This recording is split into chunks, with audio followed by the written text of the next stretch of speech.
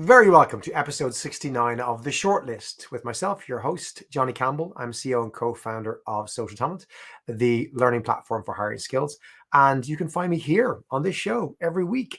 And you can find this show on your podcast source, whether that be Apple, Spotify, or you can find us live. Hopefully you're joining us live right now on LinkedIn or YouTube. We broadcast every Wednesday afternoon, UK Irish time. And if you are listening to us live, you're very welcome. If you're confused about where to get the podcast, where to get the live, what's coming up next, you can find out more about the show at socialtalent.com/the shortlist. So let's get on with today's show, episode 69. And we're going to be talking about the future of employer branding, right? Finding a way as an organization to stand out right now from the crowd in a way that's authentic and compelling. I think it's harder than it's ever been. It's a super tricky task right now. In the kind of post-pandemic environment where recruiting is on fire, everybody's hiring, but we all have a different sense of values and we've had different perspective. I think trust and humanity are absolutely rising to the top in terms of the key employee needs that we're all looking for. So the question becomes, how can you create a successful employer brand that reflects that in this very fast changing environment? Well, luckily this week we're I was fortunate to have a really great expert on the show. Ed Nathanson is joining us from Boston, and he's the VP of Talent and Talent Branding at EQRx. And he'll tell us more about who they are in just a minute. If you don't know them, you're going to know about them all the time.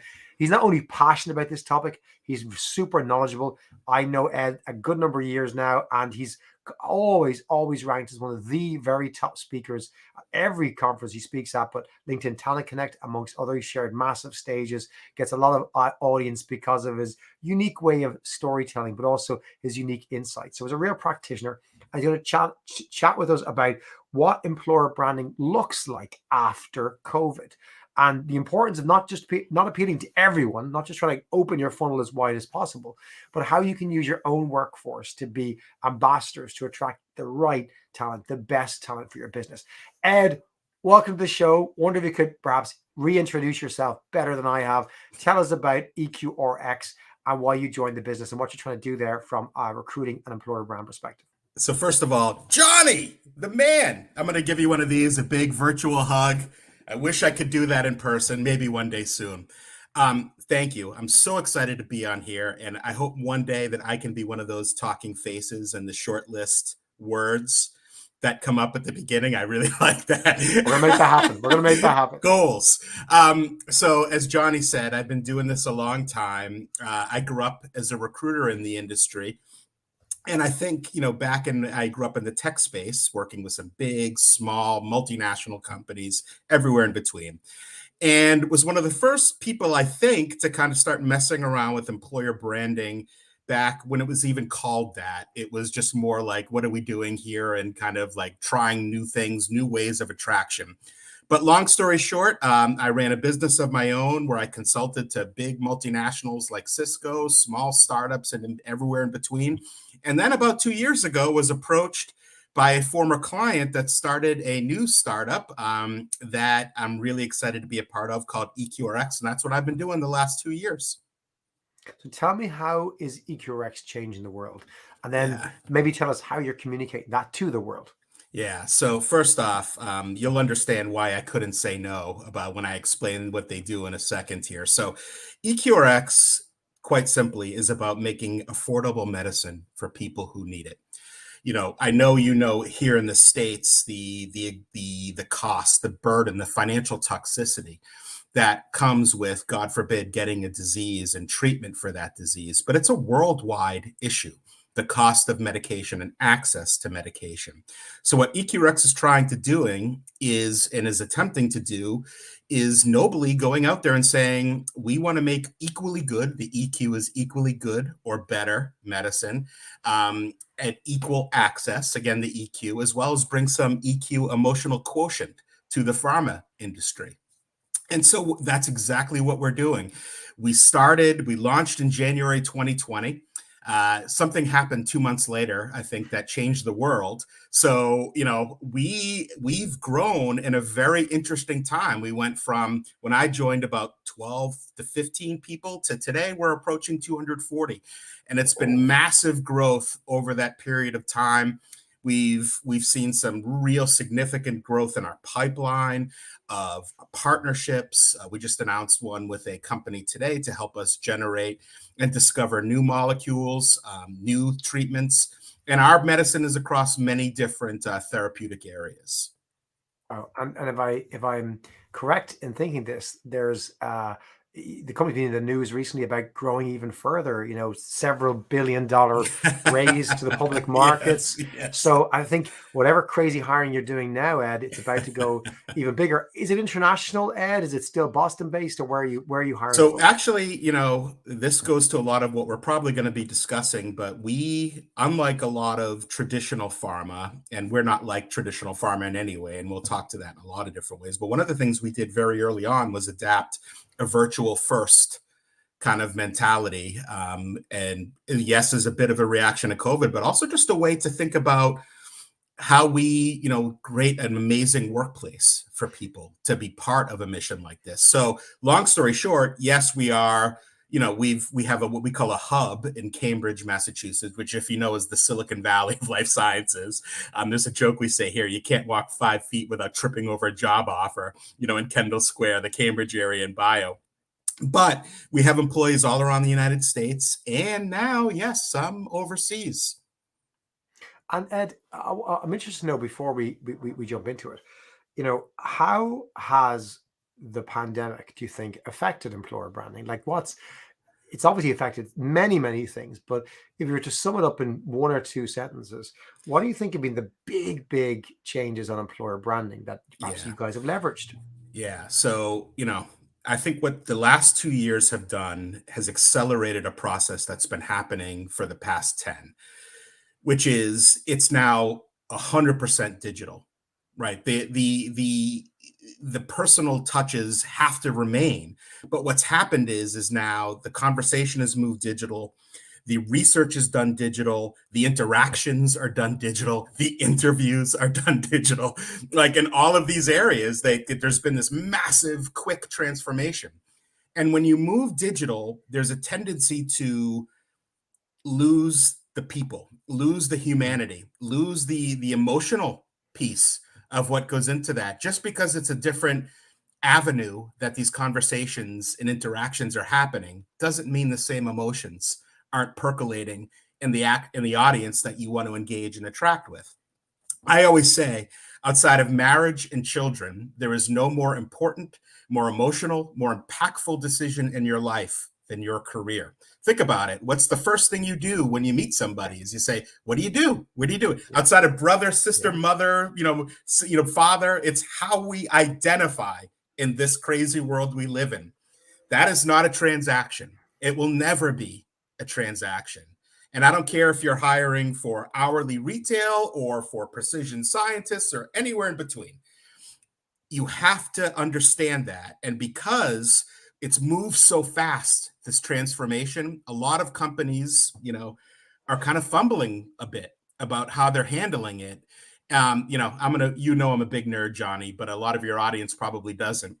I'm going to quote Bane from The Dark Knight Rises. And I'm going to say, when he says to Batman, he said, "You merely adopted the dark. I was born in it." And that's a very bad impersonation. We at EQRx were born in virtual. A lot of other companies adopted it.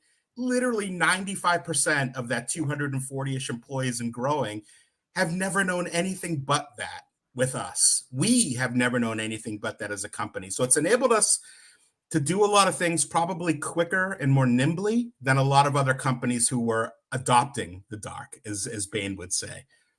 I spoke with someone this morning who I thought put it really, really well. They claim they used this line at a conference recently. They said, in January 2020, you could do anything you want to do on the internet.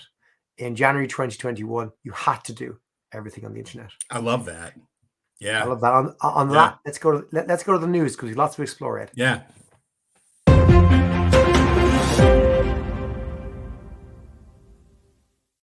So, Ed, I want to start with an article that appeared recently in People Matters. For those who don't follow People Matters, peoplematters.in, online publication out of India. Great people. Done some conference with them in the past, spoken at some of their events, and did some interviews with them. and they've always got great quality content coming out. And they recently published an article on employer branding that was differentiating your employer brand in the next normal. And they kind of built this on the framework of Maslow's hierarchy of needs. Those of you who want to read the article, we'll share in the show notes on the podcast, and we'll put it in the live links on YouTube and LinkedIn for those of you listening live. But I want to kind of summarize this and get your thoughts on it. In the article, they cover a lot about working from home, and there's a line there that talks about how employers differentiate themselves from the competition now. It's so different because 2 years ago, things like perks that would have been work from home, flexible hours, overnight they became normal. They became what the article refers to as the physiological needs at the bottom of Maslow's hierarchy of needs, whereas they would have been more top of the pyramid, the things you aspire to have. And how this is very difficult for organizations because they've had to rethink what is it that differentiates them, because I added to that as the second year of the pandemic rolled around and we went back to work and growth returned with all the money that was flooded into the market. Hiring returned like crazy. So you had this double-edged challenge where you had enormous amounts of hiring, and for a lot of organizations their employer brand was just no longer relevant or no longer differentiated. So what is your take on that observation? Is that one you'd agree with? And how do you think the better companies have reacted to that? Yeah, I mean, a lot of what this article said is spot on. I'm going to say something that'll probably upset a lot of practitioners out there who spend lots and lots of money to come up with corporate values and these precious EVPs and all of those things and survey and survey and survey.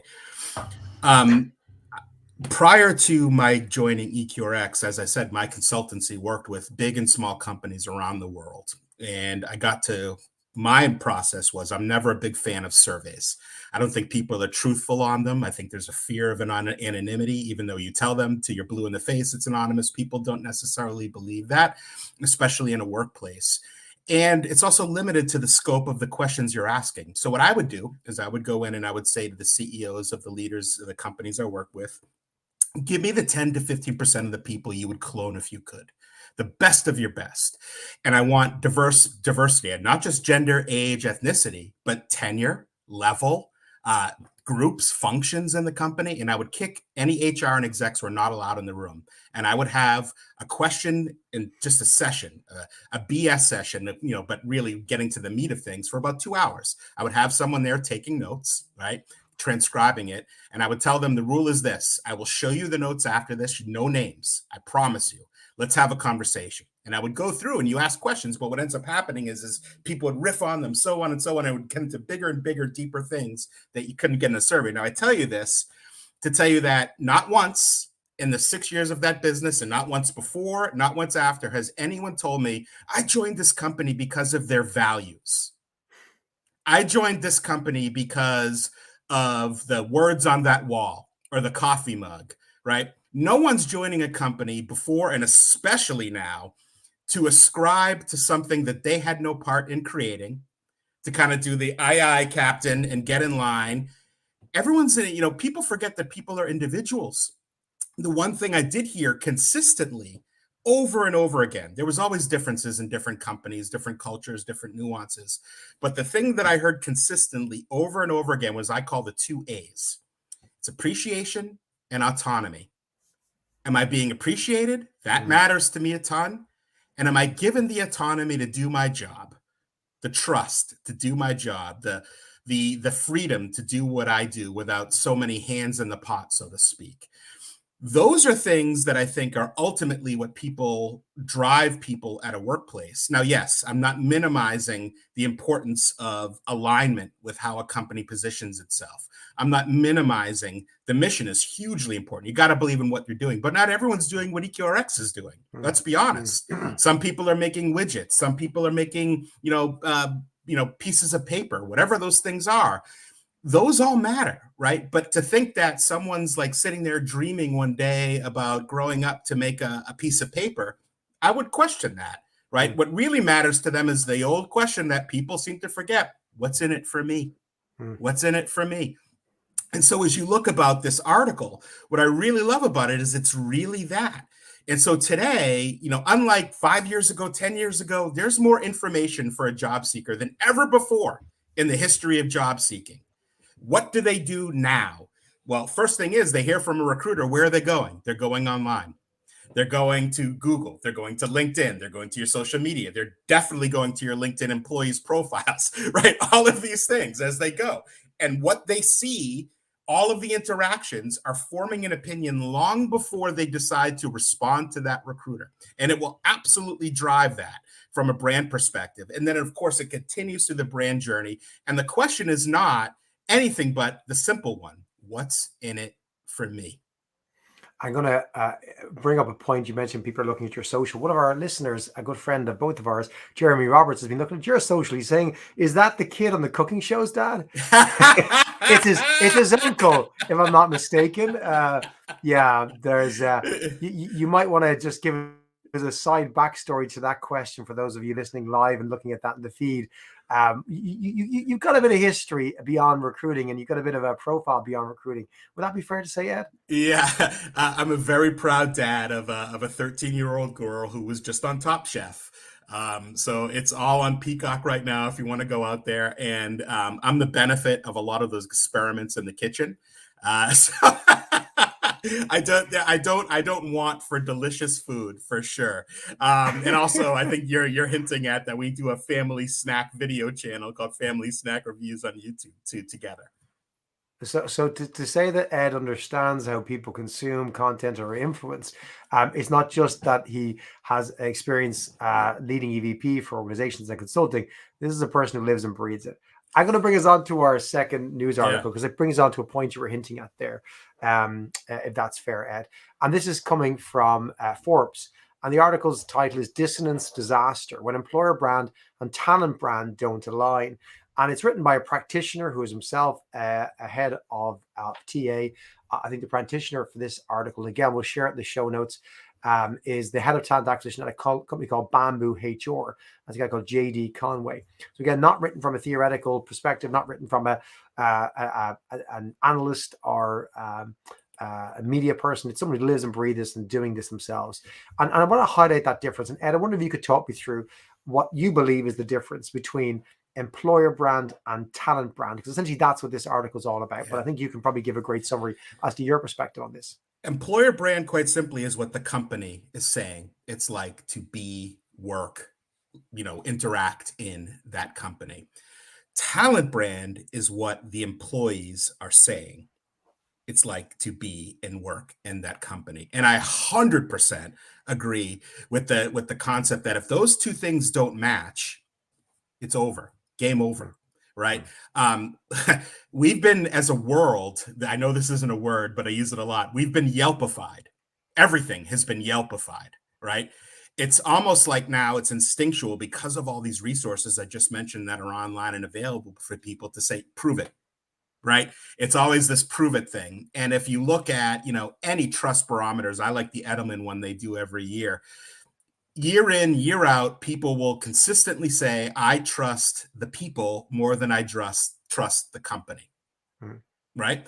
I trust people I know, people who've been. And so if you look at Yelp, for example, if you look at the restaurant ad and they're saying, we have the best steaks, the best spirits, the best location, and then you go on Yelp, which most people do, and it says the opposite of that, I guarantee you that is affecting your decision of you wanting to go to that restaurant or not. 100%. And it may have been a decision. I've done this myself. If they don't put out there that they're amazing and you see a few negative reviews, you're like, that could be a disgruntled person. Maybe they had a bad day. You're willing to kind of get over it. It's when there's that dissonance, when the restaurant, or in this case, the employer, is so vehemently saying we are one thing and the employees or candidates are saying the complete opposite. That's when you don't just disbelieve them, you hate them for it.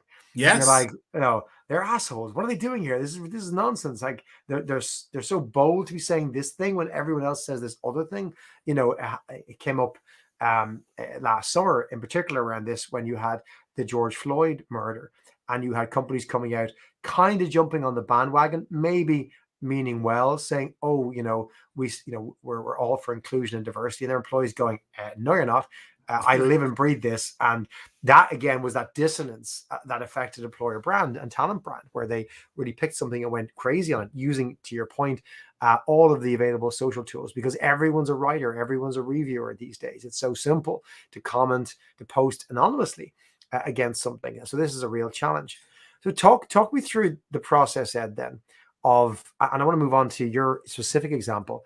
How do you align that? Because I'm guessing it's not just a case of keep trying on the employer brand until we get it right. I imagine there's a process that you should go through as an organization to really then develop what is a true and honest and authentic employer brand. What is that process? Have you gone through it? How can others do it? Yeah. So this is something I'll be talking about with social talent at another point in the future. But this is something where you don't let me start by saying that you do want to talk to the executives, but if the executives are the only people you're talking to, you're going to be portraying a company that has chocolate rivers and marshmallow streams and everyone's holding hands, and it's just not reality. It's not reality. So what I like to do, as I mentioned, is I like to talk to people, not survey, talk. Take that information, bring it back, put it together. I love using word cloud software because if you pump these words and you see the themes literally popping off the page as you do it, and then you start to ask questions around what really matter to these folks, right? What do they think? How would they describe the culture? Why are they here? What matters to them? What do they look for in a job? What do they think they do really well at your company? What do they don't?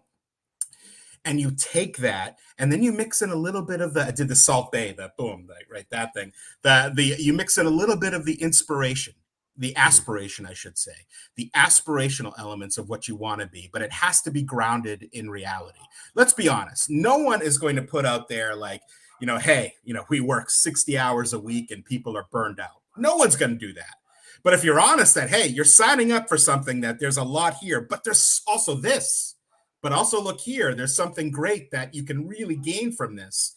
That's being, I hate the term because it's so cliche now, but that's being authentic, but aspirational too, right?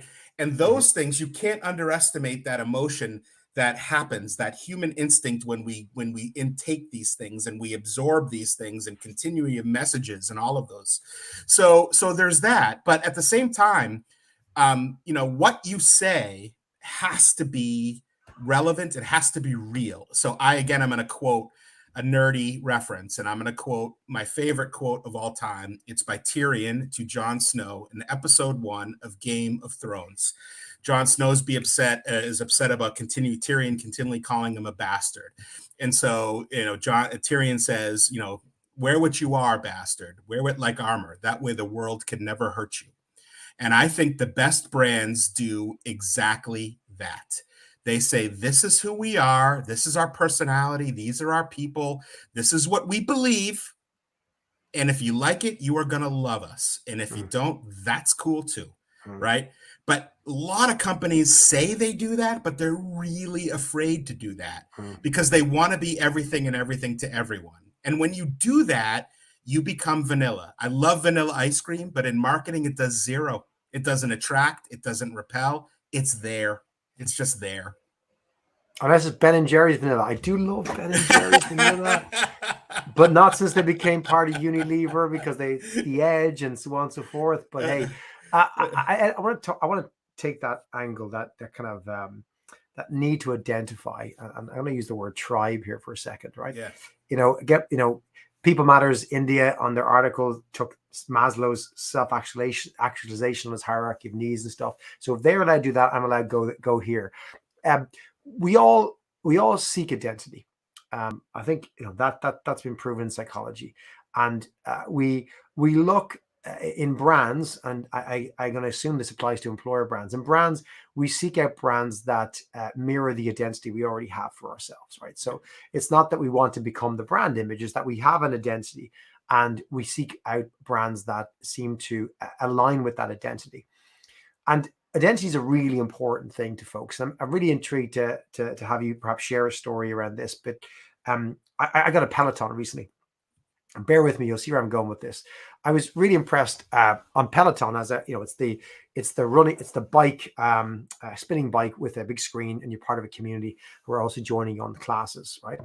And you see other folks on the class with you, and you see a kind of leaderboard and their username. But a big thing on Peloton is everyone can have a hashtag.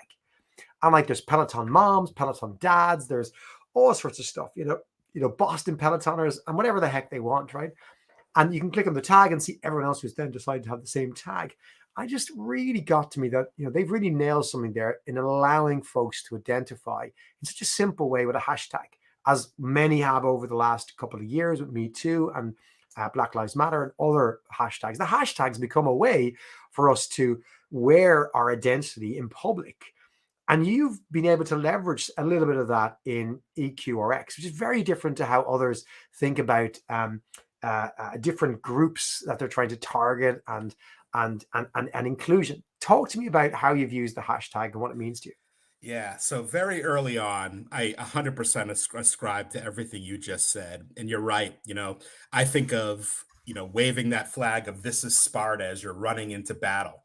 What is that thing, right, that you rally around, that you would fight for, that you would die for? Like, and I'm being dramatic, but hey, I'm a dramatic guy. So it's hashtag in a lot of marketing terms is really around like a tracking tool, an adoption tool, all of those things. And sure, it is that.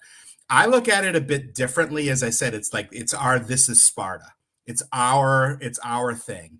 And here at EQRx, to your point about identity, but a part of a collective, we started very on saying, we're trying to disrupt an industry. The last thing we want people to do is fit in. We want people to ask why. We want people to also ask why not, right? And push and challenge, because we're trying to transform, an industry. And so we wanted to encourage a behavior from the very beginning that celebrates the individual amongst a broader purpose and mission and collective of that group and individual identity. So we came up with the hashtag #BU@EQ. With that, you'll see it all over if you go look for it.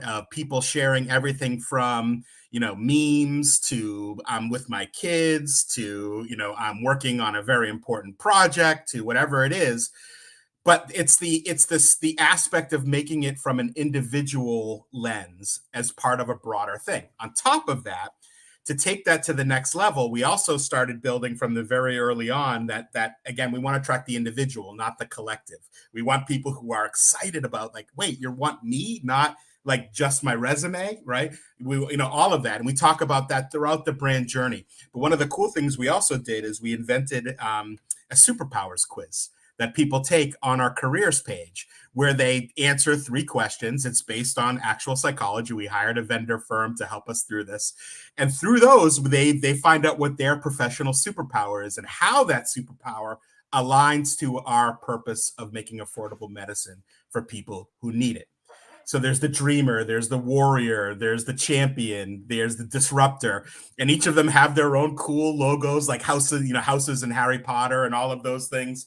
And it's something that when we announce them as a company, that's part of their announcement. It sits with them on the internet.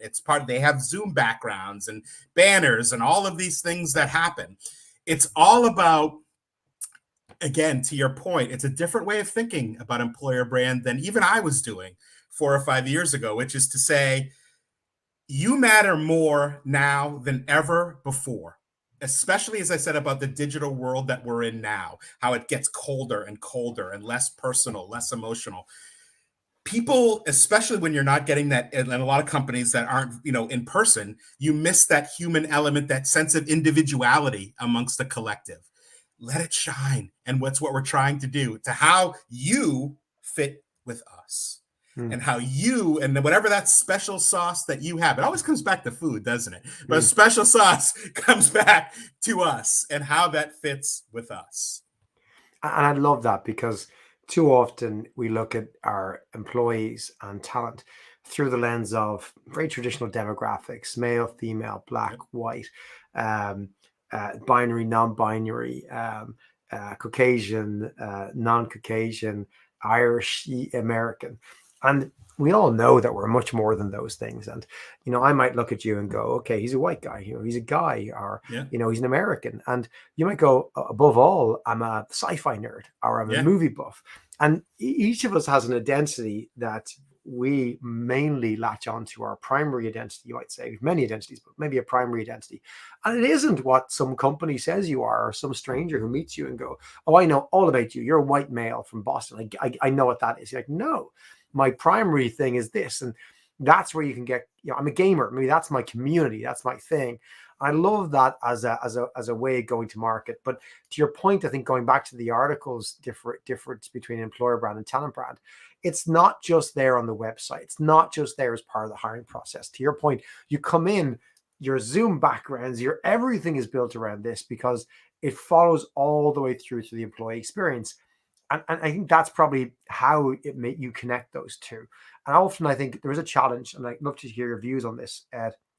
There's a challenge in that the person who's often responsible for the employer brand, she or he or they aren't responsible necessarily for the employee experience. Yeah. And unless there's a connection, it's really hard, isn't it? Like, so how do you do that? Like, how have you done it? But how could you do it in different scaled organizations, larger, smaller than yours? What's the success there? What's the I secret love of that you're success? asking this question, Johnny, and I'm not surprised because you're brilliant, but it's something a lot of companies don't think about enough.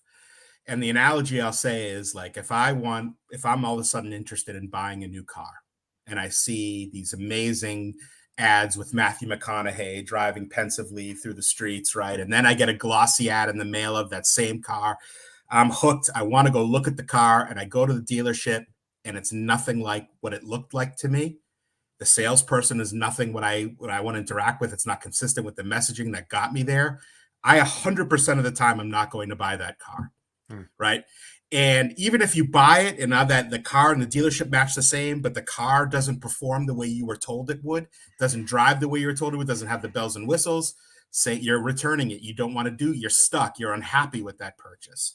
That same analogy works here. And so one of the things that I really think about a lot is exactly what you said, is not, putting lipstick on a pig, as they say here in the States, but being, presenting something that we can actually deliver on, that promise that goes through. And so what I do very early on is I work with an incredible chief people officer and people team here at EQRx that we talk about consistently. What are we saying, right? How do we deliver on it? And we work together. Now, it's not my purview and my responsibilities to do those things. It's theirs, but they seek my opinion, right? And we try to pull through the campaigns that we do externally to everyday existence. So the superpowers is something, as I mentioned, that lives throughout.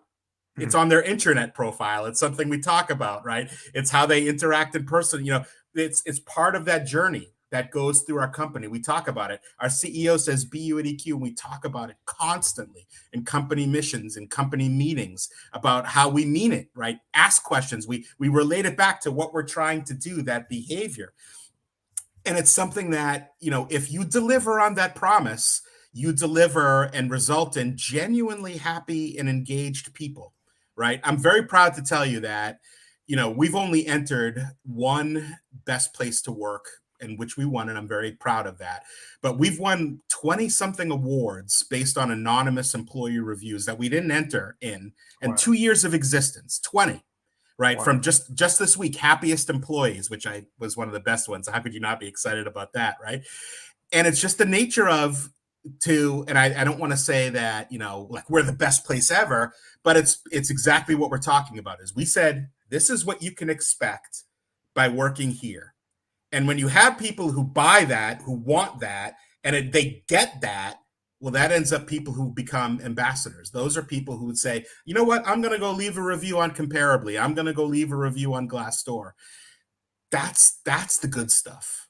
I think there's a challenge because even in the last article I mentioned there, the Forbes article, there's a quote at the very start that says, the quote's two sources: a strong employer brand results in a 28% reduction in turnover and a 50% reduction in cost per hire. And I looked at that and I said, I smell bullshit on the first part. I said, because saying an employer brand results in a 28% of reduction in turnover is the wrong way of thinking of it. Yeah. If you develop an employee experience that's really amazing, you'll probably reduce turnover by 28%. And then it's going to be much easier to have a strong employer brand. It's the correlation and causation piece. They correlate, but you don't have a strong employer brand and reduce turnover, because to your point, and the article's point, employer brand and talent brand are different. The talent brand is about the experience, like the hiring, but also the working for your organization and the exiting and the coming back and all the different touch points you have. And there's consumer elements as well there.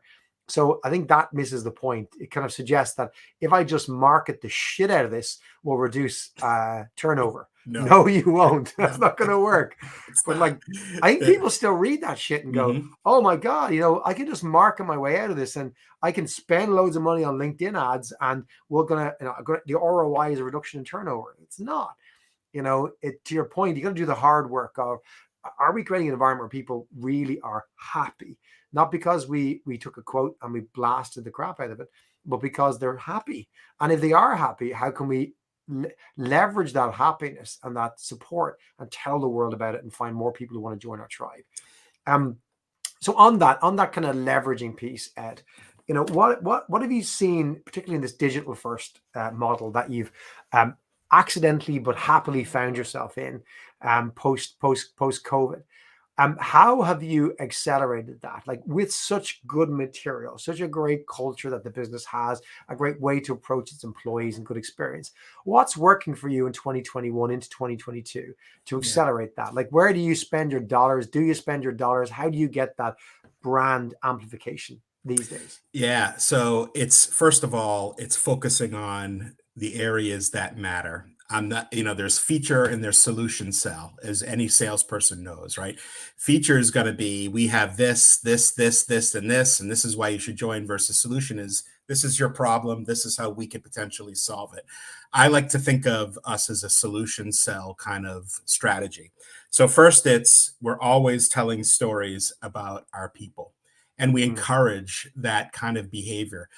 Week one, when someone joins, they're unfortunately spending about 2 hours with me, where I talk about, unlike every other farmer, we're saying, hey, be yourself. I know you've been told for, however many years you've been in the industry, don't go on social media, don't talk like this, da, da, da. And I say to them, look, if you start talking like corporate Johnny, people are going to think EQRx kidnapped you. We don't want that, right? We want, send help. No, we want to unleash that. We want to unleash people. And when it's kind of like the analogy of, you take a kitten who's never been let outside into your home, and then you open that door and you say, hey, it's okay, run, go play, right? That's what we're thinking about as we do that from a people side. And then the interesting thing with us, and I admit it's something that's really unique to EQRx and maybe other purpose-based, mission-based companies like ours, is that we also have a really good rallying cry and cause that we put out there. So it's a mix of those two things, where we're saying ads, and we do a lot of paid SEO and all of things, where you'll see ads from us with smashing pill bottles that say wealth should not equal health and things like that, right? But then you have the personal side on the other piece that's really showing that this isn't some soul crushing big pharma company. As a matter of fact, it's the opposite. It's a place that's encouraging you to be you, as we say, over and over and over again, probably ad nauseum, to a kind of a different personality that we show of our people. From, one of my favorite things one of our employees did is, where our color is red. And so we have lots of red swag that we send to people. So it's really a bright red. And we had one person take a picture. I'm laughing as I say it. Take a picture of himself in head to toe red in the woods, like the Bigfoot pictures from a distance of him in that Bigfoot thing, all in red. It's saying, if you want to blend in as Bigfoot, probably not the best swag, but otherwise it's awesome. Like, that person, I can tell you, I know this for a fact, would never have done that, and never would have been allowed to do something like that at another place. When you have that mix of purpose and mission and why, and then the people, the culture I'm going to do it in, it's intoxicating. It's intoxicating. So how have you leveraged that though? Like, how have you leveraged happy employees, people who are willing to post and allowed to post on social media? How do you leverage that and harness that power to really kind of amplify the brand and drive the talent inbound? Because you're driving a huge amount of your talent needs inbound, which is highly unusual in this market. So what are you doing to make it work? Yeah, so we amplify a lot of it. We do a lot of paid, targeted campaigns. We are consistently posting. It's not a onesie twosie thing. And on places where a lot of other companies might not be, is more